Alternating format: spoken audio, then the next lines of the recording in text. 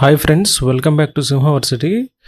ఈరోజు మనం కాన్సెప్ట్ ఏం నేర్చుకోబోతున్నామంటే యూనియన్ బడ్జెట్కి సంబంధించిన ఒక హైలైట్స్ చూస్తున్నాం మనము. ఇది నేను ఈ డాక్యుమెంట్ పిఐబి నుంచి డౌన్లోడ్ చేసుకోవడం జరిగింది. ఇది గవర్నమెంట్ది కదా, మీకు తెలుసు అందరికీ. ఓకే, సో మనం టైం వేస్ట్ చేయకుండా డైరెక్ట్గా పాయింట్లోకి వెళ్దాము. ఇందులో పార్ట్ ఏ, పార్ట్ బిగా 2 పార్ట్స్ ఉన్నాయి. అందులో రీసెంట్గా పార్ట్ ఏలో చూస్తే కనుక రీసెంట్గా union minister of finance and corporate affairs Shrimati Nirmala Sitharaman garu మనకి 25-26కి యూనియన్ బడ్జెట్ని పార్లమెంట్లో ప్రవేశపెట్టడం జరిగింది. ఎప్పుడు ఇది ఫస్ట్ రోజు వచ్చింది ఇది. సో దానికి సంబంధించిన హైలైట్స్ చూస్తే కనుక బడ్జెట్ ఎస్టిమేట్స్ వచ్చేసి ఇక్కడ కంప్లీట్గా క్లియర్గా ఎక్స్ప్లెయిన్ చేయడం జరిగింది. ఇక్కడ total receipts other than borrowings, ఇది చాలా ఇంపార్టెంట్. టోటల్ రిసీట్స్ అనేది అదర్ దెన్ బారోయింగ్స్ మనకి 34.96 lakh crores ఉంది. అండ్ టోటల్ ఎక్స్పెండిచర్ వచ్చేసి 50.65 lakh crores అనేది ఉంది అనమాట. ఓకే, ఈ రిసీట్స్ ఏంటి, రిసీప్ట్స్ ఎన్ని రకాలుగా ఉంటాయి, ఎక్స్పెండిచర్ ఎలా ఉంటుంది, ఇవన్నీ నేను నెక్స్ట్ వీడియోలో క్లియర్గా ఈ బడ్జెట్ సంబంధించిన కంప్లీట్ ఎక్స్ప్లెయిన్ చేస్తాను. ఈరోజు కేవలం ఓన్లీ హైలైట్స్ మాత్రమే చూస్తున్నాము. ఇక్కడ నెట్ ట్యాక్స్ రిసీట్స్ అనేది 28.37 lakh crores అయితే ఫిస్కల్ డెఫిసిట్ అనేది మనకి 4.4% ఆఫ్ ద జీడిపి. మనకి ఏదైతే జీడిపి ఉంటుందో దాంట్లో 4.4% అనేది ఉంటుంది. ఓకే, నెక్స్ట్ చేస్తే కనుక ఇక్కడ ఎఫ్ఆర్బిఎం యాక్ట్ అనేది ఉంటుంది. దాంట్లో ఫిస్కల్ డెఫిసిట్ కొంత ఒక పర్సంటేజ్ అనేది ఫిక్స్ చేస్తారు. ఇంతలో ఈ ఫిస్కల్ డెఫిసిట్ అనేది జీడిపికి ఇంత పర్సంటేజ్ మాత్రమే ఉండాలని మనకి ఎఫ్ఆర్బిఎం యాక్ట్ చెప్తుంది. ఎఫ్ఆర్బిఎం యాక్ట్ అంటే ఏంటిది, దాంట్లో ఎలాంటి ప్రొవిజన్స్ ఉన్నాయి, వాళ్ళు ఎలాంటి రికమెండేషన్స్ చేశారు, అది ఎన్నిసార్లు రివ్యూ చేయడం జరిగింది, ఇవన్నీ నేను ఇంకొక సెపరేట్ వీడియో చేయడానికి అయితే ట్రై చేస్తాను. ఇందులో మొత్తం మిక్స్ చేస్తే అంత క్లమ్జీ అయిపోతుంది. ఓకే, ఇది ఓన్లీ ఎగ్జామ్ పాయింట్ ఆఫ్ వ్యూలోనే చదువుదాం మనం. ఇంకా అన్నెసరీ డేటా అంతా అవాయిడ్ చేద్దాం. ఓకే, ఇక్కడ మార్కెట్ బారోయింగ్స్, ఇక్కడ అదర్ దెన్ మార్కెట్ బారోయింగ్స్ ఉంది కదా. అదర్ దెన్ మార్కెట్ బారోయింగ్స్ ఇక్కడ అయితే అదర్ దెన్ మార్కెట్ ఇప్పుడు టోటల్ రిసీట్స్ అనేది మనకి 34.96 lakh crores కదా. సో మార్కెట్ బారోయింగ్స్ ఎంత ఉంది ఇక్కడ, 14.82 lakhs. అంటే ఇవి రెండు యాడ్ చేస్తే కనుక మనకి 50.65 lakh crores మనకి బడ్జెట్ అనేది వస్తుంది. అంటే టోటల్ ఎక్స్పెండిచర్. ఇక్కడ క్యాపెక్స్ ఎక్స్పెండిచర్ అనేది ఇవ్వడం జరిగింది. క్యాపెక్స్ అంటే క్యాపిటల్ ఎక్స్పెండిచర్. ఇది 11.21 lakh crore, అంటే almost 3.1% of the GDP. Okay, ఈ ఇంపార్టెంట్ ఇందులో మనం గుర్తుపెట్టుకోవాల్సింది ఏంటంటే, ఇప్పుడు నేను ఏ విధంగా అయితే ఎక్స్ప్లెయిన్ చేశానో అదే విధంగా గుర్తుపెట్టుకోవాలా. టోటల్ రిసీట్స్ మనకి ఎగ్జామ్లో అలాగే వస్తుంది. Total receipts other than borrowings ఇంత, టోటల్ ఎక్స్పెండిచర్ ఇంత, నెట్ ట్యాక్స్ రిసీప్ట్స్ ఇంత, ఫిస్కల్ డెఫిసిట్ ఇంత, అండ్ బారోయింగ్స్ ఇంత, క్యాపెక్స్ ఎక్స్పెండిచర్ ఇంత పర్సంటేజ్ అనేది ఇవి మేజర్ పాయింట్స్. నేను ఏవైతే హైలైట్ చేశానో అవి మాత్రం ఎక్కువ ఫోకస్ చేయడానికి ట్రై చేయండి. ఐ థింక్ ఇందులో కొన్ని ఇంజన్స్ లాగా డివైడ్ చేయడం జరిగింది. అందులో ఫస్ట్ ఇంజన్ వచ్చేసి డెవలప్మెంట్కి సంబంధించిన ఫస్ట్ ఇంజన్ వచ్చేసి అగ్రికల్చర్ని మనం ఫస్ట్ ఇంజన్గా తీసుకోవడం జరిగింది. అందులో కొన్ని సబ్ పాయింట్స్ ఉన్నాయి. ఇందులో ఫస్ట్ మనం ఎక్స్ప్లెయిన్ చేసింది, వాళ్ళు చెప్పింది ఏంటంటే prime minister Dhanya Krishi Yojana, developing agri district programme. Okay, దీనికి సంబంధించింది ఏంటంటే the programme to be launched in partnership with state యొక్క భాగస్వామ్యం కలిగి ఏవైతే 100 డిస్ట్రిక్ట్స్ ఉన్నాయో, ఎక్కడైతే లో productivity and moderate crop intensity అంటే పంటల యొక్క సాంద్రత తక్కువ ఉంటుందో, below average credit parameters okay అవి ఉన్నాయో, అలాంటి ఒక 100 డిస్ట్రిక్ట్స్ని సెలెక్ట్ చేసుకొని వాటికి హెల్ప్ చేయడానికి ఈ యొక్క ప్రోగ్రామ్ని ఇంట్రడ్యూస్ చేయడం జరిగింది. ప్రోగ్రామ్ పేరేంటి, ప్రైమ్ మినిస్టర్ ధన్ ధాన్య కృషి యోజన. ఓకే, సో దీనివల్ల ఎంతమంది ఫార్మర్స్ బెనిఫిట్ అవుతారంటే 1.7 crore ఫార్మర్స్ అనే వాళ్ళు బెనిఫిట్ అవుతారు దీనివల్ల. సెకండ్ పారామీటర్ వచ్చేసి మనకి building rural prosperity and resilience, అంటే గ్రామీణ దానికి సంబంధించింది ఇది. సో ఇది ఎలా ఉంటుందంటే, ఇది ఒక కాంప్రిహెన్సివ్ మల్టీ సెక్టోరియల్ ప్రోగ్రామ్. దీనికి కూడా మనకి పార్ట్నర్షిప్ విత్ స్టేట్సే టు అడ్రస్ అండర్ డెవలప్మెంట్, ఏదైతే అగ్రికల్చర్లో అండర్ డెవలప్మెంట్ స్కిల్ ఉంటుందో దాన్ని రీస్కిల్లింగ్ చేయడము, ఇన్వెస్ట్మెంట్ని ప్రోత్సహించడము, టెక్నాలజీ ఇంట్రడ్యూస్ చేయాలి. అండ్ ఇలాంటివన్నీ మనకి రూరల్ ఎకనామీ మనకి డెవలప్ కావడానికి ఇవన్నీ హెల్ప్ అవుతాయి అన్నమాట. ఓకే, ఎక్కడైతే వాళ్ళకి స్కిల్ ఉండదు అంటే దానికి తగ్గట్టుగా వాళ్ళ యొక్క ఇన్కమ్ అనేది జనరేట్ అవ్వదు కాబట్టి వాటన్నిటిని రీస్కిల్లింగ్, రీఇన్వెస్ట్మెంట్, కొత్త టెక్నాలజీని ఇంట్రడ్యూస్ చేయడం, టెక్నాలజీ పరంగా వాళ్ళకి స్కిల్ క్రియేట్ చేయడం అనేది చేస్తే సో మనకి రూరల్ ఎకానమీ కూడా డెఫినెట్గా డెవలప్ అవుతుంది, ఇంక్రీజ్ అవుతుంది. సో ఫేజ్ 1లో ఏం చేస్తున్నారంటే ఆల్మోస్ట్ 100 డెవలపింగ్ అగ్రి డిస్ట్రిక్ట్స్ని సెలెక్ట్ చేసుకొని సో ఆ డిస్ట్రిక్ట్స్లో ఇవన్నీ ఇంట్రడ్యూస్ చేయడం జరుగుతుంది. ఓకే, అది చాలా ఇంపార్టెంట్. అర్థమవుతుంది కదా. ఆ తర్వాత ఆత్మనిర్భరత ఇన్ పల్సెస్లో ఆత్మనిర్భరత. ఇక్కడ చూడండి, ఒక 6 ఇయర్స్కి గాను ఒక గవర్నమెంట్ అనేది ఒక ప్రోగ్రామ్ని లాంచ్ చేయడం జరిగింది. అదేంటంటే machine for Atmanirbharta in pulses. Okay, ఇది 6 ఇయర్ ప్రోగ్రామ్. ఇది అందులో దేని మీద ఫోకస్ ఎక్కువ ఉంది అంటే ఇది చాలా ఇంపార్టెంట్. తూర్, ఉరద్ అండ్ మసూర్, ఇవి 3 మాత్రమే. ఎగ్జామ్లో మనకి ఇక్కడే కన్ఫ్యూజ్ చేసే అవకాశం ఎక్కువ ఉంటుంది. కాబట్టి ఈ మూడిట్లో చాలా ఇంపార్టెంట్ తూర్, ఉరద్, మసూర్. అయితే దీన్ని ఎవరు ప్రొక్యూర్ చేస్తారంటే నాఫెడ్ వాళ్ళు అండ్ ఎన్సీసీఎఫ్ వాళ్ళు దీన్ని ప్రొక్యూర్ చేసి ఆ తర్వాత ఎన్ని ఇయర్స్ గాను ప్రొక్యూర్ చేయడానికి వీళ్ళు రెడీగా ఉన్నారంటే నెక్స్ట్ 4 ఇయర్స్లో వీళ్ళు ఈ యొక్క పల్సెస్ ఏవైతే ఉన్నాయో తూర్, ఉరద్, మసూర్, వీటిని వీళ్ళు ప్రొక్యూర్ చేయడానికి అయితే రెడీగా ఉన్నారు నెక్స్ట్ 4 ఇయర్స్లో.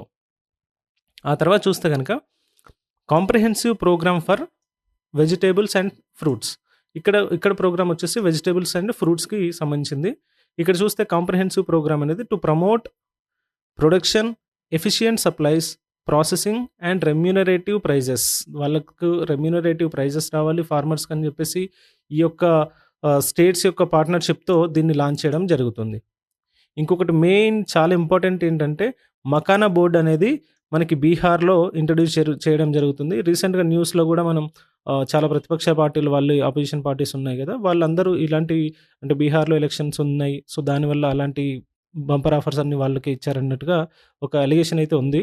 సో అదంతా మనకు అవసరం లేదు. ఎగ్జామ్ పాయింట్ ఆఫ్ వ్యూలో మనం చదువుకుంటే కనుక ఈ మకానా బోర్డ్ అనేది ఎందుకు ఎస్టాబ్లిష్ చేశారంటే బీహార్లో to improve production, processing, value addition and marketing of makhana.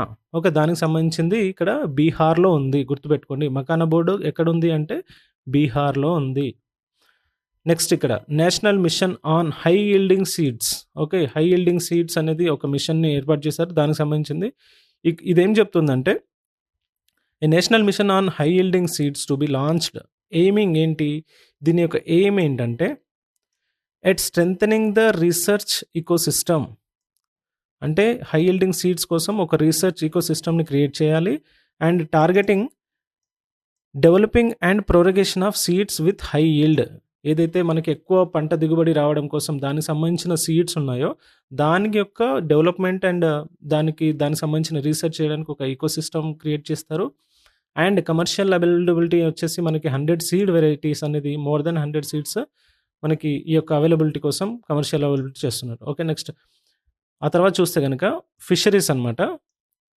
ఈ ఫిషరీస్ చూస్తే కనుక government to bring a framework for sustainable harnessing of, ఇక్కడ చూడండి, sustaining harnessing of fisheries from Indian exclusive economic zone ఏవైతే ఉన్నాయో హై సీడ్స్. మనకి ఎక్స్క్లూజివ్ ఎకనామిక్ జోన్స్ అని ఉంటాయి, అంటే సీస్ ఉంటాయి కదా, ఆ సీస్లో ఎక్స్క్లూజివ్ ఎకనామిక్ జోన్స్ ఉంటాయి, హై సీడ్స్ ఉంటాయి. ఆ తర్వాత special focus on the Andaman, Nicobar and Lakshadweep ఐలాండ్స్లో ఎక్కువగా వీటిని ఫోకస్ చేశారనమాట. ఓకే, ఆ తర్వాత చూస్తే కనుక mission for cotton productivity. Okay, ఇదేంటంటే ఇది 5 ఇయర్ మిషన్. ఇది ఇంతకుముందు ఇలాంటివి చాలా ఇంపార్టెంట్ అనమాట. ఇలాంటి మిషన్స్ ఎన్ని ఇయర్ ఇక్కడ ఇంతకుముందు వచ్చేసి మనకి 6 ఇయర్స్ అని ఇచ్చింది. అదేంటంటే ఆత్మనిర్భరత ఇన్ పల్సెస్. అదేవిధంగా ఇక్కడ కాటన్ ప్రొడక్టివిటీకి వచ్చేసి 5 ఇయర్ మిషన్ ఇది. సో ఇలాంటివి ఎగ్జామ్ పాయింట్ ఆఫ్ వ్యూలో గుర్తుపెట్టుకోవాలి. ఈ హైలైట్ చేసిన ప్రతి పాయింట్ ఇంపార్టెంట్ అనమాట, ఒకసారి గుర్తుపెట్టుకోండి. ఏ 5 ఇయర్ మిషన్ ఇది announce to facilitate significant improvements in productivity and sustainability of cotton farming. Okay, దాని ప్రొడక్టివిటీ రావాలి, అదేవిధంగా సుస్థిరత అనేది కంపల్సరీగా ఇది మెయింటైన్ చేయాలి. సో ఆ తర్వాత promote extra long staple cotton. ఇప్పుడు యాక్చువల్గా మనం ఇక్కడ కాటన్ ఏదైతే ఉందో అది షార్ట్ ఉంటుందన్నమాట. ఆ స్టేపుల్ కాటన్ మనం ఎక్కువగా వేరే కంట్రీస్ నుంచి దిగుబడి చేసుకోవాల్సిన అవసరం ఉంది. కాబట్టి అవి కాకుండా మనం దాన్ని ఈ యొక్క ఇంపోర్ట్స్ని తగ్గించుకోవడం కోసం మనం ఎక్స్ట్రా లాంగ్ స్టాపుల్ ఉన్న కాటన్ వెరైటీస్ని మనం ప్రమోట్ చేయడానికి ఎక్కువ ఆసక్తి చూపించాలన్నది ఈ యొక్క మిషన్ ప్లాన్. ఆ తర్వాత చూస్తే కనుక మనకి అగ్రికల్చర్లోనే ఈ క్రెడిట్ క్రెడిట్ ఫెసిలిటీ ఏదైతే ఉందో ఫార్మర్స్కి through KCC Kisan credit card అనే దాని యొక్క క్రెడిట్ లిమిట్ ఇంతకుముందు 3 lakhs ఉండేది, దాన్ని 5 lakhsగా పెంచడం జరిగింది. సో దానివల్ల మనకి ఫార్మర్స్ అనేవాళ్ళు ఈజీగా వాళ్ళ యొక్క షార్ట్ టర్మ్ ఏవైతే అవసరం ఉంటుందో బడ్జెట్ అమౌంట్ వాళ్ళు ఈజీగా ఆ లోన్స్ని తీసుకొని క్లియర్ చేసుకోవచ్చు విత్ వెరీ లెస్ ఇంట్రెస్ట్ ఉంటుంది. ఓకే, ఇక్కడ క్లియర్గా మెన్షన్ చేయడం జరిగింది. ఫ్రమ్ 3 lakh నుంచి 5 lakh ఫర్ లోన్స్ అనేది త్రూ కేసీసీ ద్వారా పెంచడం జరిగింది. ఇది చాలా ఇంపార్టెంట్ పాయింట్. ఓకే, ఆ తర్వాత యూరియా ప్లాంట్ ఇన్ అస్సాం. ఇక్కడ మనకి 2 స్టేట్స్ అనేది కనిపించడం జరిగింది అగ్రికల్చర్లో భాగంగా. మకానా బోర్డ్ అనేది మనకి బీహార్లో ఉంది. ఇక్కడ చూడండి, మకానా బోర్డ్ అనేది బీహార్లో ఉంది. అది దేనికి మనకి production processing value addition of మకానాకు సంబంధించిన దానికి అక్కడ బీహార్లో ఉంది. అండ్ ఇక్కడ వచ్చేసి మనకి యూరియా ప్లాంట్ అనేది అస్సాంలో ఉంది. అస్సాం ఇప్పుడు చూడండి, బీహార్ టాప్లో ఉంది, Assam next eastern state. So ఈ విధంగా మనకి చాలా ఇంపార్టెంట్. అయితే ఈ యూరియా ప్లాంట్ ఎంత కెపాసిటీ ఉంది అంటే యాన్యువల్ కెపాసిటీ వచ్చేసి 12.7 lakh మెట్రిక్ టన్స్ని ఇది జనరేట్ చేస్తుంది. దీన్ని అస్సాంలో ఎక్కడ అంటే నమ్రూప్ అనే ఏరియాలో సెటప్ చేయడం జరిగింది. ఓకే, ఎక్కడ సెటప్ చేయడం జరిగింది? నమ్రూప్ అనే ఏరియాలో సెటప్ చేయడం జరిగింది అస్సాంలో. సో ఇదంతా మనకి అగ్రికల్చర్ సంబంధించింది. ఒకసారి బ్రీఫ్గా చూసుకుంటే కనుక మనకి హెడ్లైన్స్ ఇక్కడ చూస్తే ఇక్కడ నుంచి ఒకటి ప్రైమ్ మినిస్టర్ ధన్ ధాన్య కృషి యోజన. ఓకే, ఆ తర్వాత building rural prosperity and resilience. ఆ తర్వాత వచ్చేసరికి 6 years programme mission for Atmanirbharta in pulses. ఆ తర్వాత comprehensive programme for vegetable and fruits. ఇంకొకటి makhana board in Bihar, national mission on high yielding seeds, fisheries and mission for cotton productivity and enhanced credit through KCC from 3 lakhs to 5 lakhs. అండ్ urea plant వచ్చేసి నమ్రూప్ అనే ఏరియాలో అస్సాంలో మనకిది urea plant establish చేయడం జరిగింది. Okay, ఇది agriculture సంబంధించింది. ఓకే, ఇప్పుడు సెకండ్ ఇంజన్ చూద్దాము. సెకండ్ ఇంజన్ ఏంటంటే ఎంఎస్ఎంఈ అంటే ఏంటి? Micro small medium enterprises. దీన్ని సెకండ్ ఇంజన్గా మనకి ఒక డెవలప్మెంట్లో ఒక సెకండ్ ఇంజన్గా తీసుకున్నాం. ఫస్ట్ ఇంజన్ వచ్చేసి మనకి అగ్రికల్చర్, సెకండ్ ఇంజన్ వచ్చేసి మనకి ఎంఎస్ఎంఈగా తీసుకున్నారు. ఇప్పుడు ఏంటంటే ఇందులో సబ్ కేటగిరీస్ చూద్దాము. ఏవైతే క్లాసిఫై చేయడానికి అంటే revision and classification criteria for MSMEs ఉంటాయి కదా, అంటే మైక్రో స్మాల్ మీడియం ఎంటర్ప్రైజెస్ ఉంటాయి కదా, దాన్ని రివైజ్ చేస్తున్నారు అనమాట. ఏ విధంగా రివైజ్ చేస్తున్నారు చూస్తే కనుక మనం ఏ విధంగా రివైజ్ చేస్తాం? ఫస్ట్ ఇన్వెస్ట్మెంట్ చూస్తాం, ఆ తర్వాత టర్న్ ఓవర్ లిమిట్స్ని చూస్తాం. దీన్ని బేస్ చేసుకుని అది మైక్రోనా, మీడియమా, స్మాలా అనేది మనం క్లాసిఫై చేయడానికి అవకాశం ఉంటుంది. అయితే ఇంతకుముందు ఫర్ ఎగ్జాంపుల్ ఇన్వెస్ట్మెంట్ 1 lakh ఉంటే మైక్రో అనుకుంటే, ఇప్పుడు దాన్ని ఏ విధంగా పెంచారంటే అది మల్టిప్లైడ్ విత్ 2.5 times. అంటే ఫర్ ఎగ్జాంపుల్ 1 lakh ఉంటే మైక్రో అనుకుంటే దాన్ని ఇప్పుడు 2.5 lakhs ఉంటేనే అది మైక్రోగా కన్సిడర్ చేయబడుతుంది. ఆ విధంగా అంటే లిమిట్స్ అనేది ఎన్హాన్స్ చేయడం జరిగింది. అదేవిధంగా మనకి turn over limits 2 times enhance చేశారు. ఇది చాలా ఇంపార్టెంట్ పాయింట్. ఇది డెఫినెట్గా మనం క్వశ్చన్స్ ఎక్స్పెక్ట్ చేయొచ్చు. ఆ తర్వాత చూస్తే కనుక credit cards for micro enterprises. దానికి ఇంతకుముందు మనకి ఫార్మర్స్కి ఏ విధంగా కేసీసీ త్రూ క్రెడిట్ లిమిట్ ఉంటుందో, సో ఇక్కడ కూడా అదే విధంగా ఉంటుంది. ఇక్కడ చూస్తే కనుక customised credit cards with 5 lakh అనేది లిమిట్ ఫర్ మైక్రో ఎంటర్ప్రైజెస్. ఏవైతే ఉద్యమ్ పోర్టల్లో రిజిస్టర్ అయి ఉన్నాయో వాటికి 5 lakh crores ఉంటాయి. అండ్ ఆల్మోస్ట్ 10 lakh కార్డ్స్ అనేది ఫస్ట్ ఇయర్లో ఇష్యూ చేయడానికి సిద్ధంగా ఉన్నారు. ఓకే, అర్థమవుతుంది కదా? ఉద్యమ్ పోర్టల్లో ఏవైతే మైక్రో ఎంటర్ప్రైజెస్ రిజిస్టర్ అయి ఉన్నాయో వాటికి క్రెడిట్ కార్డ్ లిమిట్ అనేది మనకి ఆల్మోస్ట్ 5 lakh వరకు ఉంది. ఓకే, ఇంకొకటి నెక్స్ట్ వచ్చేసి fund of funds for startups.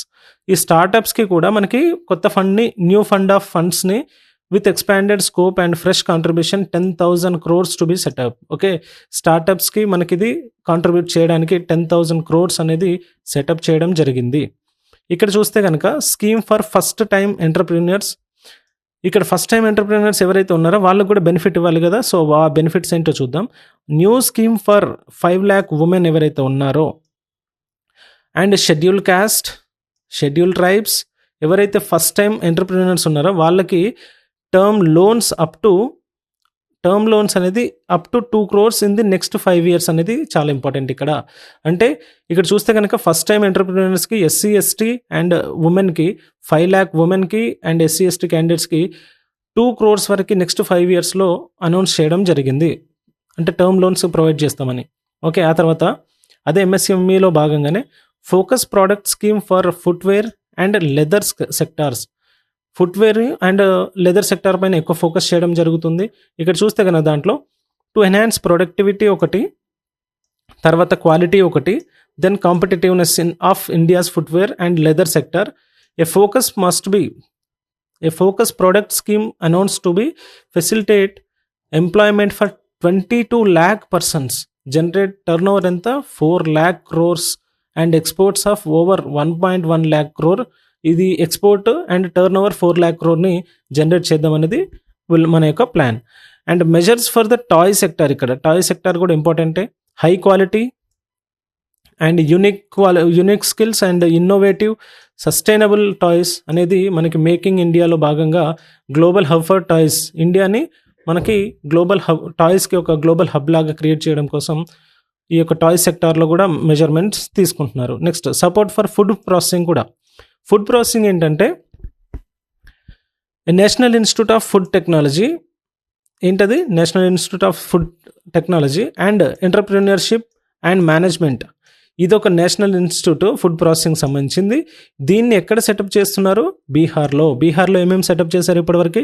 Makhana board ఒకటి అండ్ ఫుడ్ ప్రాసెసింగ్ ఇన్స్టిట్యూట్ ఒకటి. ఇక్కడ ఫుడ్ ప్రాసెసింగ్ ఇన్స్టిట్యూట్ నేమ్ ఏంటి? A national institute for food technology, entrepreneurship and management అనేది దీని యొక్క ఇన్స్టిట్యూట్ నేమ్. అది ఎక్కడ ఎస్టాబ్లిష్ చేస్తున్నారు? బీహార్లో. ఆ తర్వాత చూస్తే కనుక మ్యానుఫ్యాక్చరింగ్ మిషన్. మ్యానుఫ్యాక్చరింగ్ ఏంటి? మేక్ ఇన్ ఇండియాని ఇంకా ఫర్దర్గా డెవలప్ చేయడం కోసం నేషనల్ మ్యానుఫ్యాక్చరింగ్ మిషన్ కవరింగ్ ఏమేం చేస్తుంది ఇక్కడ? స్మాల్, మీడియం, లార్జ్ ఇండస్ట్రీస్ని వాటిని మిషన్ కవర్ చేస్తూ మేక్ ఇన్ ఇండియా అనేది ఇంకా ఫర్దర్గా ఎన్హాన్స్ చేయడానికి అయితే అవకాశం ఉంది. సో ఫస్ట్ ఇంజన్ వచ్చేసి మనకి అగ్రికల్చర్ ఉంది, సెకండ్ ఇంజన్ వచ్చేసి మనకేముంది? ఎంఎస్ఎంఈ ఉంది. ఇందులో ఒకసారి రివ్యూ చూస్తే కనుక ఇక్కడ చూస్తే ఎంఎస్ఎంఈ యొక్క క్లాసిఫికేషన్ మారుతుంది. క్రెడిట్ కార్డ్స్, మైక్రో ఎంటర్ప్రైజెస్కి క్రెడిట్ కార్డ్ లిమిట్ పెంచుతున్నారు. ఆ తర్వాత స్టార్టప్స్కి కొంత ఫండ్ అనేది క్రియేట్ చేయడం జరిగింది. ఫస్ట్ టైం ఎవరైతే ఎంటర్ప్రెన్యూర్స్ ఉన్నారో వాళ్ళకి కొంత బెనిఫిట్ అనేది కలుగజేస్తున్నారు. ఆ తర్వాత main focus product of scheme for footwear and leather సెక్టార్స్లో కొంత డెవలప్మెంట్ అనేది చూస్తున్నాము. ఆ తర్వాత టాయ్ సెక్టార్ని మనం గ్లోబల్గా ఒక హబ్ లాగా, ఇండియాని ఒక హబ్ లాగా ఉండాలని చూస్తున్నాము. తర్వాత ఫుడ్ ప్రాసెసింగ్ ఒక ఇన్స్టిట్యూట్ని బీహార్లో ఎస్టాబ్లిష్ చేయడం జరగబోతుంది. ఆ తర్వాత మేక్ ఇన్ ఇండియాని కూడా ఫర్దర్గా ఇంకా డెవలప్ చేయడానికి మనం ఇక్కడ ప్రయత్నిస్తున్నాము. Okay, first engine agriculture, second engine MSME, చాలా ఇంపార్టెంట్. సో థర్డ్ ఇంజన్ వచ్చేసి మనకి ఇన్వెస్ట్మెంట్ అనేది థర్డ్ ఇంజన్గా తీసుకుంటున్నాము. ఓకే, ఈ డెవలప్మెంట్లో భాగంగా ఇన్వెస్టింగ్ ఇన్ పీపుల్ అన్నమాట. మనం ఎప్పుడైతే పీపుల్లో ఇన్వెస్ట్ చేస్తామో డెఫినెట్గా దానికి సంబంధించిన ఇన్కమ్ కూడా మనకు జనరేట్ అవుతుంది. ఆటోమేటిక్గా సెల్ఫ్ ఎంప్లాయ్మెంట్ అనేది క్రియేట్ అవుతుంది. ఇక్కడ ఫస్ట్ పాయింట్ వచ్చేసి సక్షం అంగన్వాడీ అండ్ పోషన్ 2.0. సక్షం అంగన్వాడీ అండ్ పోషన్ 2.0 అనేది ఒక సబ్ సెక్టార్, ఇది అంటే ఒక క్రైటీరియా. దీంట్లో cost norms for the nutritional support to be enhanced appropriately. ఇక్కడ ఏమవుతుంది? ఏవైతే దానికి సంబంధించిన న్యూట్రిషనల్ ప్రోడక్ట్స్కి సంబంధించిన ఉంటుందో దాని యొక్క కాస్ట్ నామ్స్ని కూడా మనం ఎన్హాన్స్ చేయడానికి అవకాశం ఉంది ఇక్కడ. ఓకే, సక్షం అంగన్వాడీ, పోషన్ 2.0. సో ఇక్కడ ఏవైతే మనకి ఈ స్కీమ్స్ వస్తున్నాయో డెఫినెట్గా 100% ఈ స్కీమ్స్కి బ్యాక్గ్రౌండ్ కూడా మనం నేర్చుకోవాలి. ఆ స్కీమ్ ఎప్పుడు వచ్చింది, ఆ స్కీమ్ దాని యొక్క ఆబ్జెక్టివ్ ఏంటి, దాని యొక్క ఎయిమ్స్ ఏంటి, అండ్ దానివల్ల బెనిఫిట్ ఎంతవరకు వచ్చింది, సో ప్రజెంట్ యొక్క దాని యొక్క స్టేటస్ ఏందనేది మనం డెఫినెట్గా బడ్జెట్లో ఉన్న స్కీమ్స్ అన్నిటినీ మనం బైహార్ట్ చేసుకోవాల్సిన అవసరం అయితే ఉంది. ఆ తర్వాత చూస్తే అటల్ టింకరింగ్ ల్యాబ్, ATLs అంటాం వీటిని, Atal tinkering labs. Almost 50,000 Atal tinkering labs to be setup in government స్కూల్స్లో నెక్స్ట్ 5 yearsలో 50,000 అటల్ టింకరింగ్ ల్యాబ్స్ని సెటప్ చేయబోతున్నాము. ఓకే, ఆ తర్వాత broadband connectivity to government secondary schools. ఇక్కడ గవర్నమెంట్ ప్రైమరీ హెల్త్ కేర్ సెంటర్స్లో కూడా, గవర్నమెంట్ స్కూల్స్లో, గవర్నమెంట్ సెకండరీ స్కూల్స్లో అండ్ PHCస్లో కూడా బ్రాడ్బ్యాండ్ కనెక్టివిటీని మనం కనెక్ట్ చేస్తున్నాము. అదేం ప్రాజెక్ట్లో భాగంగా? Bharat net project. ఈ ప్రాజెక్ట్ కూడా చాలా ఇంపార్టెంట్. ఓకే, ఇక్కడ చూస్తే నెక్స్ట్ భారతీయ భాషా పుస్తక్ స్కీమ్. ఇదేంటంటే ఈ scheme announce to provide digital form Indian language books for school and higher education. ఇక్కడ చూస్తే కనుక provide digital form of Indian language books ఏవైతే ఉన్నాయో దాన్ని అన్నిటినీ డిజిటల్ ఫామ్లోకి కన్వర్ట్ చేయడానికి అది మనం ఈ యొక్క స్కీమ్ అనేది లాంచ్ చేయడం జరిగింది. స్కీమ్ పేరేంటి? భారతీయ భాషా పుస్తక్ స్కీమ్. ఇక్కడ చూస్తే నెక్స్ట్ వచ్చేసి national centres of excellence for skilling అనమాట. ఇదేంటంటే 5 national centres of excellence for skilling to be established, global expertise and partnership two equip hour youth. ఎవరైతే యూత్ ఉన్నారో వాళ్ళలో ఈ యొక్క make in India and make for world అనే ఒక స్కిల్ని మనం డెవలప్ చేస్తున్నాము ఇక్కడ నెక్స్ట్ చూస్తే ఇదంతా మనకి యూత్కి స్కిల్ డెవలప్మెంట్కి యూజ్ అవుతుంది. ఆ తర్వాత చూస్తే expansion of capacity of IITs ఏవైతే ఉన్నాయో వాటిని ఇంకా additional infrastructure to be created in 5 IITs. ఎన్ని ఐఐటీస్లో ఎక్స్ట్రా అడిషనల్ ఇన్ఫ్రాస్ట్రక్చర్ క్రియేట్ చేద్దాం అనుకుంటున్నారు? 5 IITs after 2024 to facilitate education for 6,500 more students. Okay, so దానివల్ల 6,500 స్టూడెంట్స్ బెనిఫిట్ అవ్వబోతున్నారు. అండ్ ఇక్కడ చూస్తే కనుక ఏఐ ఫర్ ఎడ్యుకేషన్, ఇక్కడ చూడండి centre of excellence in AI for education. Centre of excellence in AI for education to be setup with total ఎంత అవుట్లేతో 500 crores అనే ఖర్చుతో మనకి ఈ యొక్క centre of excellence in AI for education అనేది ఎస్టాబ్లిష్ చేయబోతున్నాము. ఆ తర్వాత చూస్తే కనుక ఎక్స్పాన్షన్ ఆఫ్ మెడికల్ ఎడ్యుకేషన్, ఇది చాలా ఇంపార్టెంట్. మళ్ళీ ఇవన్నీ పీపుల్ యొక్క ఇన్వెస్ట్మెంట్ ఇన్ పీపుల్ అనమాట. సో దానికి సంబంధించి చూడండి 10,000 additional seats. It's a very great. అసలు 10,000 additional seats to be added in medical colleges. ఏవైతే మెడికల్ కాలేజ్ ఉన్నాయో వాటిలో 10,000 సీట్స్ అనేది యాడ్ చేయబోతున్నారు. Hospitals in next year adding 75,000 seats in next 5 years. Okay, next ఇయర్లో మనకి 10,000 అడిషనల్ సీట్స్ యాడ్ అవుతున్నాయి. And further next 5 yearలో 75,000 సీట్స్ యాడ్ అవ్వబోతున్నాయి మెడికల్ ఫీల్డ్లో. చాలా గ్రేట్. యాక్చువల్గా మనకి మెడికల్ డాక్టర్స్ చాలా ఎక్స్పెన్సివ్ అయ్యారు కాబట్టి మనకి కంపల్సరీగా ఇలాంటి మంచి స్కీమ్ అయితే ఎస్టాబ్లిష్ చేయడం జరిగింది. ఆ తర్వాత చూస్తే కనుక day care cancer centres in all district hospitals. Government అనేది ఈ యొక్క హాస్పిటల్లో డే కేర్ సెంటర్స్, క్యాన్సర్ సెంటర్స్ని ఎస్టాబ్లిష్ చేయడం వల్ల డిస్ట్రిక్ట్ హాస్పిటల్స్లో నెక్స్ట్ ఇయర్స్లో మనకి ఆల్మోస్ట్ 3 yearsలో 200 సెంటర్స్ అనేది ఎస్టాబ్లిష్ చేయడం జరుగుతుంది. దీన్ని అంటే డిస్ట్రిక్ట్ హాస్పిటల్స్లో నెక్స్ట్ 3 yearsలో 200 సెంటర్స్ అనేది 2025-26లో భాగంగా మనకి ఇది ఇంట్రడ్యూస్ చేయడం జరిగింది. నా తర్వాత చూస్తే కనుక స్ట్రెంథనింగ్ అనేది అర్బన్ లైవ్లీహుడ్స్ మనం స్ట్రెంథన్ చేయాలి. అర్బన్ సంబంధించింది సోషియో ఎకనామిక్ అప్లిఫ్ట్మెంట్ అనేది డెఫినెట్గా ఉండాలి అర్బన్ వర్కర్స్కి. To help them improve their incomes have sustainable livelihoods announce. Okay, ఆ తర్వాత చూస్తే కనుక నెక్స్ట్ స్కీమ్ పిఎం స్వానిధి కూడా చాలా important. Scheme to be revamped with enhanced loans from banks. UPI linked credit cards ఏవైతే ఉన్నాయో దీన్ని 30,000 లిమిట్గా మనం తీసుకోవడం జరుగుతుంది. అండ్ కెపాసిటీ అండ్ వీళ్ళకి సంబంధించిన కెపాసిటీ బిల్డింగ్ అనేది సపోర్ట్ చేయబడుతుంది. Okay, social security scheme for welfare of online platform workers. Okay, ఈ ఆన్లైన్ ప్లాట్ఫామ్ వర్కర్స్ ఎవరైతే ఉన్నారో వాళ్ళకి సంబంధించిన ఈ యొక్క సోషల్ సెక్యూరిటీ స్కీమ్ ఏవైతే ఉన్నాయో వాటికి సంబంధించిన వెల్ఫేర్కి సంబంధించిన స్కీమ్ అనమాట ఇది. Government to arrange for identity cards registration on eShram portal. ఇది చాలా ఇంపార్టెంట్ పోర్టల్. ఇది ఈశ్రమ్ పోర్టల్. అది ఎవరికి? అది మన ఆన్లైన్ ప్లాట్ఫామ్ వర్కర్స్ కోసం. Health care under PM Jan Arogya Yojana for gig workers. Okay, gig వర్కర్స్కి సంబంధించినది కూడా ఇదంతా వస్తుంది. ఇదంతా ఏంటి? ఇన్వెస్టింగ్ ఇన్ మనకి ఎందులో వస్తుంది? ఇన్వెస్టింగ్ ఇన్ పీపుల్లో వస్తుంది. ఆ తర్వాత చూస్తే కనుక మనం ఇన్వెస్టింగ్ ఇన్ ఎకానమీ చూస్తే ఇక్కడ ఇన్వెస్టింగ్ ఇన్ ఎకానమీలో చూస్తే కనుక పబ్లిక్ ప్రైవేట్ పార్ట్నర్షిప్ ఇన్ ఇన్ఫ్రాస్ట్రక్చర్లో పబ్లిక్ అంటే పీపీపీ మోడ్లో మనము 3-year పైప్లైన్ ప్రాజెక్ట్ అనేది ఒకటి క్రియేట్ చేయబోతున్నాము. Infrastructure related ministries to come up with a 3-year pipeline of projects in PPP mode. States also must be encouraged. ఇక్కడ స్టేట్స్ కూడా encourage చేయాల్సిన అవసరం అయితే ఉంది. ఆ తర్వాత చూస్తే support to states for infrastructure. Okay, స్టేట్లో ఏదైనా డెవలప్ చేసుకోవడానికి కూడా స్టేట్స్కి సపోర్ట్ చేయడం జరుగుతుంది. దీని యొక్క అవుట్లే ఎంత, almost 1.5 lakh crore proposed for the 50-year interest free loans ఇవి. అంటే capital expenditure incentives for reforms. ఇదేంటంటే స్టేట్స్లో ఇన్ఫ్రాస్ట్రక్చర్ డెవలప్ చేసుకోవడానికి 1.5 lakh crores అనేది ప్రపోజ్ చేయడం జరుగుతుంది. అది కూడా 50 years వరకు డ్యూరేషన్ పెట్టుకొని ఇంట్రెస్ట్ ఫ్రీ లోన్స్ అనేది ప్రొవైడ్ చేయడం జరుగుతుంది. నెక్స్ట్ వచ్చేసి మనకి అసెట్ మానిటైజేషన్ ప్లాన్ అనేది ఉంది కదా, ఏఎంపి. సో ఇది 25 నుంచి 2030 వరకు, 2025 నుంచి 2030 వరకు ఇది ఒక ప్లాన్ అనమాట. Second plan for 2025 to 30 to plug back capital. మనకి ఎంత రావాలి ఇక్కడ, క్యాపిటల్ వచ్చేసి 10 lakh crores అనేది న్యూ ప్రాజెక్ట్స్కి అనౌన్స్ చేయడం జరుగుతుంది.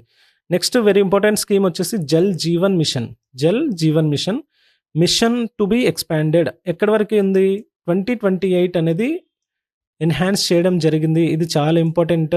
ఎక్కడి వరకు, ఇప్పుడు క్వశ్చన్ ఎలా అడుగుతుందంటే జల్ జీవన్ మిషన్ ఎప్పటి వరకు ఎక్స్టెండ్ చేయడం జరిగింది, ఏ ఇయర్ వరకు ఎక్స్టెండ్ చేయడం జరిగింది, 2028 వరకు ఎక్స్టెండ్ చేయడం జరిగింది. ఈ విధంగా గుర్తుపెట్టుకోండి.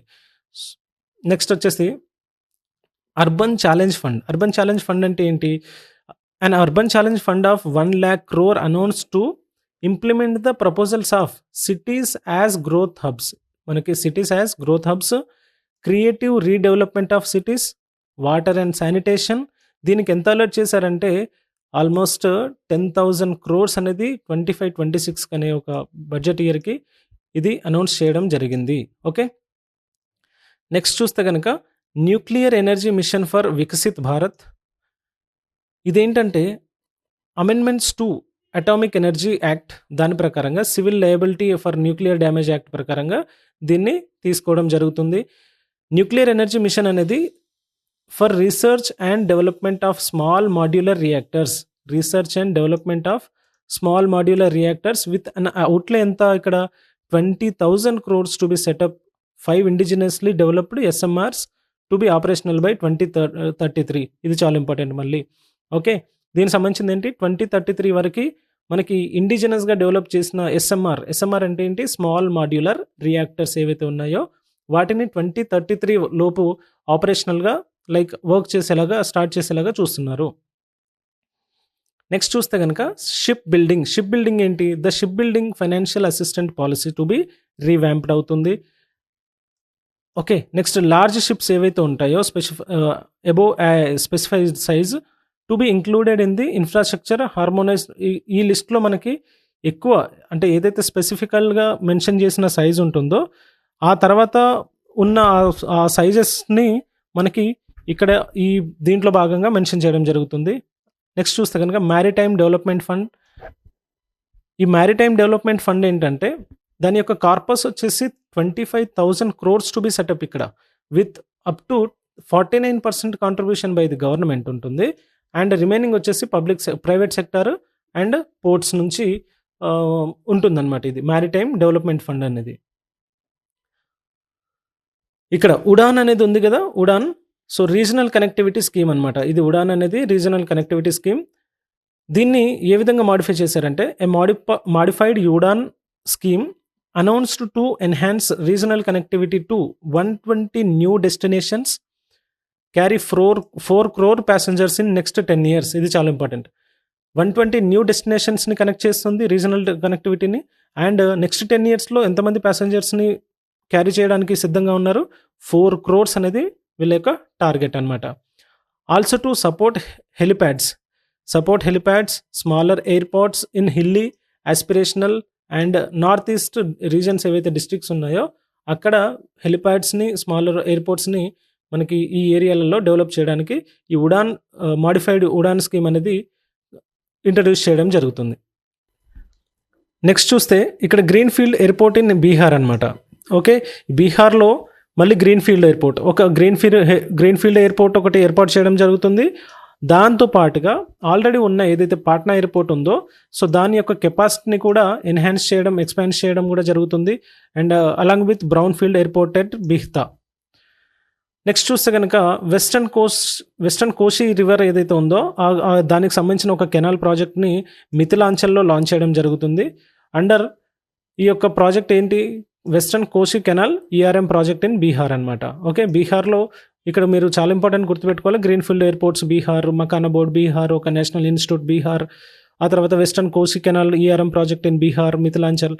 ఈ విధంగా మనకి గుర్తుపెట్టుకోవడానికి అయితే మనం ప్రయత్నించాలి. ఆ తర్వాత మైనింగ్ సెక్టార్స్ ఏవైతే ఉన్నాయో దానికి సంబంధించిన రిఫార్మ్స్ చూస్తే కనుక క్రిటికల్ మినరల్స్ ఏవైతే ఉంటాయో వాటిని టైలింగ్ పద్ధతిలో మనకి వాటిని బ్రాట్ అవుట్ అంటే బయటికి తీసుకురావడానికి ప్రయత్నిస్తున్నాం.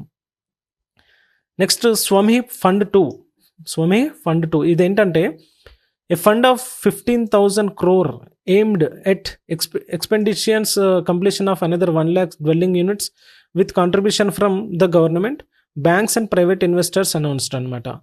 నెక్స్ట్ చూస్తే కనుక ఇక్కడ tourism for employment led growth, టూరిజంని కూడా ఇక్కడ డెవలప్ చేయడం జరుగుతుంది. టాప్ 50 టూరిస్ట్ డెస్టినేషన్ సిటీస్ అనేది sites in the country to be developed in partnership with స్టేట్స్తో భాగంగా మనకి టాప్ 50 టూరిస్ట్ డెస్టినేషన్ సైట్స్ని కూడా కంట్రీలో ఉన్న సైట్స్ని డెవలప్ చేయడానికి ఇక్కడ పూనుకున్నారు. నెక్స్ట్ ఇన్వెస్టింగ్ ఇన్ ఇన్నోవేషన్లో కూడా ఎలాంటి ఇన్వెస్టింగ్ చేస్తున్నావు, ఇప్పుడు పీపుల్ అయిపోయింది, ఆ తర్వాత మనకి ఇప్పుడు వచ్చేసి ఇన్నోవేషన్ అనమాట. నెక్స్ట్ చూస్తే ఇన్నోవేషన్ ఏంటి, ఇన్వెస్టింగ్ ఇన్ ఇన్నోవేషన్ ఏంటంటే అందులో పారామీటర్స్ ఏమేమి ఉంటాయో చూద్దాము. Research development innovation 20,000 crore to be allocated, దీనికి సంబంధించిన 20,000 crores అలొకేట్ చేశారు. Private sector driven research development, okay, దానికి సంబంధించింది మనకి జూలై బడ్జెట్లో భాగంగా తీసుకురావడం జరిగింది. ఆ తర్వాత చూస్తే కనుక ఇక్కడ deep tech fund for funds అనమాట. డీప్ టెక్ ఫండ్స్ ఏంటి, deep tech fund for funds అనేది to catalyse next generation startups అనమాట. నెక్స్ట్ జనరేషన్ స్టార్టప్స్ని తీసుకురావడం కోసం deep tech fund for funds అనేది క్రియేట్ చేయడం జరుగుతుంది. నెక్స్ట్ ఇక్కడ పిఎం రీసెర్చ్ ఫెలోషిప్ 10,000 ఫెలోషిప్స్ని టెక్నాలజికల్ రీసెర్చ్ ఇన్ ఐఐఎస్సిలో ఎన్హాన్స్డ్ ఫైనాన్షియల్ సపోర్ట్ కోసం ఈ యొక్క స్కీమ్ లాంచ్ చేయడం జరుగుతుంది. Next gene bank for crops germplasm, ఇక్కడ చూస్తే gene bank for crops germ plasm.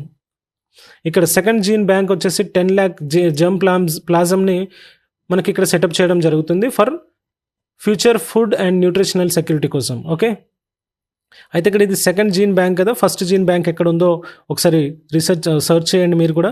National geospatial machine అనేది ఒకటి లాంచ్ చేయడం జరుగుతుంది. ఆ నేషనల్ జియోస్పేషియల్ మిషన్ ఎక్కడ లాంచ్ చేస్తున్నారంటే to develop foundational geospatial infrastructure and data. Okay, ఆ తర్వాత జ్ఞాన్ భారతం మిషన్. ఈ జ్ఞాన్ భారతం మిషన్ వచ్చేసి for survey documentation conservation of our manuscripts ఏవైతే హెరిటేజ్ ఉంటుందో వాటన్నిటినీ దానికి సంబంధించిన సర్వే చేయడానికి అండ్ డాక్యుమెంటేషన్ చేయడానికి, ఆ మాన్యుస్క్రిప్ట్స్ని మనం కన్సర్వ్ చేయడానికి with academic institutions, museums and libraries, private colleges, collectors to be undertaken to cover more than 1 lakh crore manuscripts అనేది ఇక్కడ జ్ఞాన్ భారతం మిషన్లో భాగంగా రక్షించడానికి అయితే పూనుకున్నారు. ఓకే, సో ఇది థర్డ్ ఇంజన్ సంబంధించింది. ఫోర్త్ ఇంజన్లో భాగంగా మనకి ఎక్స్పోర్ట్స్గా తీసుకోవడం జరిగింది. ఇందులో పారామీటర్స్ చూస్తే కనుక ఎక్స్పోర్ట్ ప్రమోషన్ మిషన్ అంటున్నాము. ఇది ఎక్స్పోర్ట్ ప్రమోషన్ మిషన్ ఏంటంటే with a sectoral ministerial targets, sector wise ఒక టార్గెట్స్ని ఫిక్స్ చేసి దాన్ని జాయింట్గా ministries of commerce and MSME and financial to be set up అనమాట. ఓకే, ఆ తర్వాత చూస్తే కనుక భారత్ ట్రేడ్ నెట్ ఫర్ దేనికిది, భారత్ ట్రేడ్ నెట్ అనేది for international trade to be set up as a unified platform for trade documentation financing solutions. Okay, ట్రేడ్కి సంబంధించిన documentation financing సొల్యూషన్స్కి ఏం లాంచ్ చేశామో భారత్ ట్రేడ్ నెట్ అనేది తీసుకురావడం జరిగింది. నెక్స్ట్ చూస్తే కనుక ఇందులో నేషనల్ ఫ్రేమ్వర్క్ ఫర్ జీసీసీ అంటే ఏంటి, గ్లోబల్ క్యాపబిలిటీ సెంటర్స్ అనమాట. గ్లోబల్ క్యాపబిలిటీ సెంటర్స్ ఇక్కడ చూస్తే national framework to be formulated as guidance to states. ఇది guidance to states for promoting global capability centres in emerging tier 2 cities అనమాట. Questions ఇలా ఇక్కడ నుంచి ఫ్రేమ్ చేయొచ్చు కూడా. Tier 1 cities, top cities and tier 3 cities అంటారు. సో టైర్ 2 సిటీస్ అనేది మనం గుర్తుపెట్టుకోవడానికి అయితే ట్రై చేయాలా. ఇదేంటి ఇక్కడ ఇక్కడ చూస్తే కనుక reforms as fuel, financial sector reforms and development. ఇక్కడ చూస్తే కనుక రిఫార్మ్స్ తీసుకురావడం జరిగింది. ఆ రిఫార్మ్స్ ఏంటంటే ఎఫ్డిఐ అనేది ఇన్సూరెన్స్ సెక్టార్లో తీసుకురావడం జరిగింది. దాన్ని లిమిట్ ఉంటుంది కదా, ఎఫ్డిఐ లిమిట్, ఆ లిమిట్ని ఎంతవరకు రేజ్ చేశారంటే ఆల్రెడీ 74% ఎఫ్డిఐ ఉంటే ఇప్పుడు దాన్ని 100%గా మార్చడం జరిగింది. అంటే ఇన్సూరెన్స్ సెక్టార్లో 100% ఎఫ్డిఐ లిమిట్ అనేది తీసుకురావడం జరిగింది. Those companies which invest the entire premium in India, కంప్లీట్గా ఇండియాలో ఇన్వెస్ట్ చేసే వాళ్ళకైతే మనకి 100% అనేది తీసుకురావడం జరుగుతుంది, అంటే అలౌ చేయడం జరుగుతుంది ఎఫ్డిఐ లిమిట్. ఇది చాలా ఇంపార్టెంట్. ఇది ఇన్సూరెన్స్ సెక్టార్లో 74% ఎఫ్డిఐ నుంచి 100% ఎఫ్డిఐ లిమిట్గా మార్చడం జరిగింది. తర్వాత చూస్తే కనుక credit enhancement facility by NaBFID to be set up partial credit enhancement facility for corporate bonds ఏవైతే ఉన్నాయో వాటికి సంబంధించిన ఇన్ఫ్రాస్ట్రక్చర్ కోసం దీన్ని లాంచ్ చేయడం జరుగుతుంది. ఆ తర్వాత గ్రామీణ్ క్రెడిట్ స్కోర్ వచ్చేసి public sector banks to develop Grameen credit score framework to serve the credit needs of SHG members and people in rural areas. Okay, so ఇది దీనికి సంబంధించింది. గ్రామీణ్ క్రెడిట్ స్కోర్ ఏంటంటే ఇది సెల్ఫ్ హెల్ప్ గ్రూప్స్ ఉంటాయి కదా, పబ్లిక్ సెక్టార్ బ్యాంక్స్ అనేది Grameen credit score framework కింద వాళ్ళకి క్రెడిట్ అనేది ఇవ్వడానికి ఆస్కారం చూపిస్తున్నాము. అంటే అది రూరల్ ఏరియాస్లో మాత్రమే. తర్వాత చూస్తే కనుక మనకి పెన్షన్ సెక్టార్లో చూస్తే a forum for regulatory coordination and development of pension products to be set up. Okay, ఇక్కడ ఒక రెగ్యులేటరీ అనేది coordination development of pension products అనేది సెటప్ చేయాలనేది, ఒక ఫోరం సెటప్ చేయాలనేది ఇక్కడ తీసుకురావడం జరిగింది. నెక్స్ట్ చూస్తే కనుక high level committee for regulatory reforms కోసం ఒక హై లెవెల్ కమిటీని ఏర్పాటు చేయడానికి ఎందుకు for a review of all non financial sector regulations, certifications, licences and permissions కోసం ఈ high level committee for regulatory రిఫార్మ్స్ని తీసుకురావడం జరిగింది. దీనికోసం నాన్ ఫైనాన్షియల్ సెక్టార్స్ ఏవైతే ఉన్నాయో వాటిని రెగ్యులేట్ చేయడానికి, వాటికి సర్టిఫికేషన్ ఇవ్వడానికి, లైసెన్స్ ఇవ్వడానికి, పర్మిషన్ ఇవ్వడానికి ఈ యొక్క high level committee for regulatory reforms అనేది సెటప్ చేయడం జరుగుతుంది. నెక్స్ట్ చూస్తే కనుక investment friendliness index of states. ఇక్కడ investment friendliness index of states అనేది ఇంట్రడ్యూస్ చేయడం జరిగింది. ఎప్పుడు లాంచ్ చేస్తారు ఇది అంటే 2025, అంటే ఇదే బడ్జెట్లో కనుక మనం లాంచ్ చేసాము. To further spirit of competitive cooperative federalism announced. Okay, ఇది చాలా ఇంపార్టెంట్. 2025లో లాంచ్ చేశారు కాబట్టి ఇదేం ఇండెక్స్, ఇది investment friendliness index of states. ఇది మనం ఇక్కడ లాంచ్ చేయడం జరిగింది. ఆ తర్వాత చూస్తే Jan Vishwas bill 2.0 to decriminalise more than 100 provisions of various laws. So ఇదంతా మనకి ఆల్మోస్ట్ ఆల్ 4 ఇంజన్స్లో మనకి ఇదంతా క్లియర్ చేయడం జరుగుతుంది. ఇదంతా పార్ట్ ఏకి సంబంధించింది. ఓకే, ఇవన్నీ చూస్తే కనుక మనకి ఆల్మోస్ట్ కంప్లీట్ బడ్జెట్ అనేది ఇక్కడ మనం అర్థం చేసుకోవడానికి అయితే ట్రై చేయాలి. ఓకే, ఏ ఆల్రెడీ చూసేసాము. ఇప్పుడు పార్ట్ బిలో వెళ్తే కనుక, సో పార్ట్ బి వచ్చేసి మనకి కంప్లీట్గా ఇండైరెక్ట్ ట్యాక్సెస్ సంబంధించిన, డైరెక్ట్ ట్యాక్సెస్, ఇండైరెక్ట్ ట్యాక్సెస్ సంబంధించింది ఉంటుంది. ఓకే, ఇక్కడ చూస్తే పార్ట్ బి అనేది డిస్కస్ చేయబోతున్నాము. డైరెక్ట్ ట్యాక్స్ సంబంధించింది. డైరెక్ట్ ట్యాక్స్ అంటే ఏంటిది? ఒక పర్సన్ ఇండివిజువల్గా డైరెక్ట్గా గవర్నమెంట్కి పే చేసే ట్యాక్స్ అనమాట. ఇక్కడ ఏమంటున్నారంటే ఈ ప్రొవిజన్స్ చూస్తే no personal income tax payable ఎప్పటివరకు up to income of 12 lakh per year. ఇది అంటే 1 lakh పర్ మంత్ ఎవరైతే శాలరీ ఉంటుందో, ఇక్కడ ఏంటి other than special rate income such as capital gains ఉందో వాటికి ఇక్కడ ఇన్కమ్ ట్యాక్స్ పే చేయాల్సిన అవసరం లేదు. దిస్ లిమిట్ విల్ బి 12,75,000 అంటే 12.75 lakh వరకు మనకి శాలరీ ట్యాక్స్ పేయర్స్కి ఇక్కడ. అంటే ఇక్కడ స్టాండర్డ్ డిడక్షన్స్ ఎంత ఉంది? స్టాండర్డ్ డిడక్షన్ వచ్చేసి 75,000గా ఉందన్నమాట. Okay, the new structure will substantially reduce the taxes of the middle class and leave more money in their hands అన్నమాట. Boosting house hold consumption and savings investment. ఇక్కడ consumption చేయడం వల్ల కూడా గవర్నమెంట్కి ట్యాక్స్ రూపంలో, indirect tax రూపంలో వెళ్ళిపోతుంది. Savings చేయడం వల్ల కూడా మనకి ట్యాక్స్ వస్తుంది.